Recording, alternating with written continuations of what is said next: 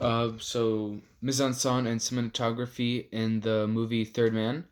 We see multiple uses of Dutch angles. One of the first times we see it is when Martin is talking with the porter. The camera angle is tilted, and the angle switches from his son with the ball moving to him speaking German, and we see his son's face.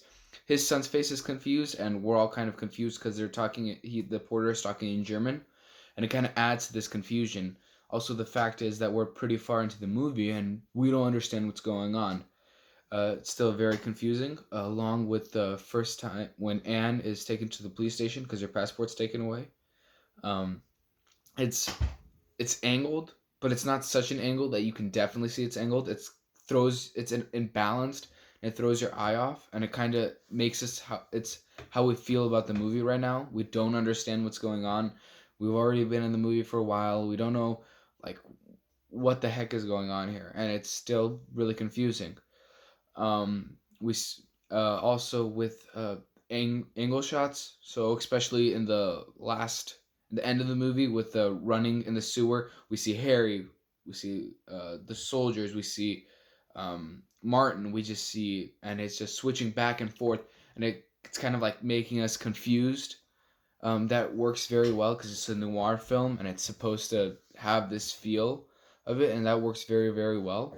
So some mise en scène is the music. The music correlates with everything pretty well. When it wants us to be sad, the music is sad. When Anna's talking about Harry, when her and Martin are talking, sometimes it needs to be sad. It's exciting in the sewer. It's when they're in the Ferris wheel. It's kind of like suspenseful, and they do that very well. Like it's all classical music, so they like this suspenseful music with a violin. That worked very well.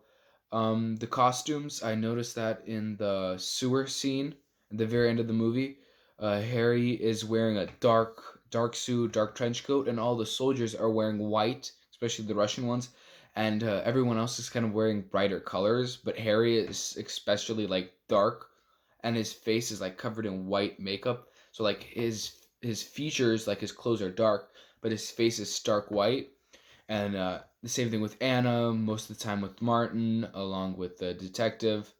It just works very well. Also, we see that a lot of, especially another thing with cinematography is when they're waiting at the cafe for Harry to show up. It shows from like scene street empty.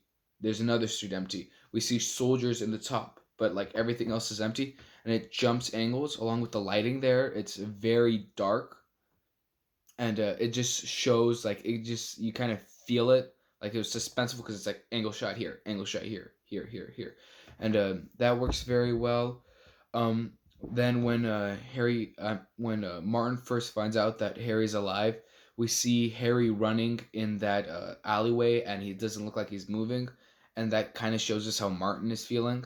Like we're already far into the movie, and he just like he's still confused. He doesn't like he just found out that his friend is alive, and it kind of just confuses him. Also with the cafe scene, we see that giant shadow walking, and it kind of throws us off balance because we don't know what's going on.